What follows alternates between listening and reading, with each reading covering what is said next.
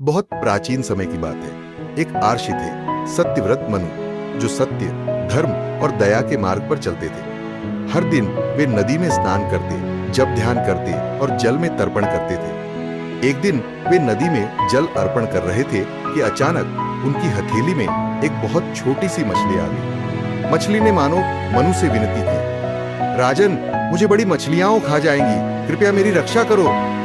मनु दयालु थे, उन्होंने उसे अपने कमंडल में रखा और घर ले आए। परंतु चमत्कार यह हुआ कि वह मछली एक रात में कमंडल से बड़ी हो गई, फिर घड़े से बड़ी, कुछ दिनों में तालाब में भी समाने लगी। अंत में वह इतनी विशाल हो गई कि नदी भी छोटी पड़ गई। मनु आश्चर्यचकित थे। तभी वह दिव्य मछली बोली, मनु, मैं साधारण मछली नहीं हूं, मैं हूं विष्णु, मैं भविष्य का रहस्य बताने आया हूं। मनु श्रद्धा से नतमस्तक हो गए। विष्णु भगवान ने कहा, कुछ समय बाद प्रलय आएगी, पानी धरती को डुबा देगा।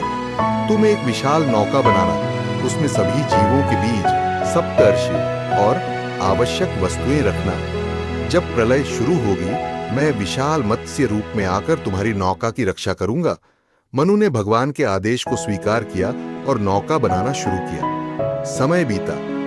एक दिन आकाश में काले बादल छा गए, सागर उफान मारने लगे, धरती पर प्रचंड वर्षा होने लगी। धीरे धीरे पूरा संसार पानी में डूबने लगा। सभी पर्वत, नगर, वन, जीव सब पानी में समाने लगे।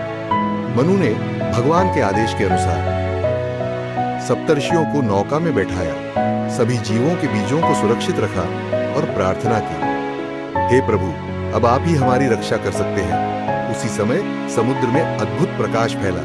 एक विशाल, तेजस्वी और दिव्य मत्स्य प्रकट हुआ। उसके श्वेत सुनहरे शल्क, चमकते नेत्र, विशाल पंख और लंबी पूंछ को देखकर ऋषि स्तब्ध रह गए। नौका में एक दिव्य रस्सी थी। मनु ने उसे मत्स्य के सींग से बांध दिया। भगवान विष्णु ने नौका को अपने पीछे खींचते हुए उफनते महासागर में यात्रा शुरू की। प्रलय के दिनों में मत्स्य भगवान ने सप्त ऋषियों और मनु को वेदों का ज्ञान, धर्म के नियम, सृष्टि के रहस्य और नए युग की व्यवस्था समझाई। उन्होंने बताया कि प्रलय केवल विनाश नहीं होता, बल्कि नए सृजन की शुरुआत भी होता।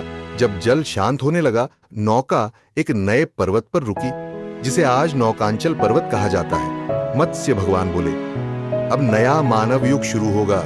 मनु, तुम इस सृष्टि के पालनकर्ता बनोगे। इसके बाद भगवान विष्णु ने अपना दिव्य रूप दिखाया और आकाश में विलीन हो गए। मनु ने नई सृष्टि की शुरुआत की और संसार पुनः जीवन से भर गया।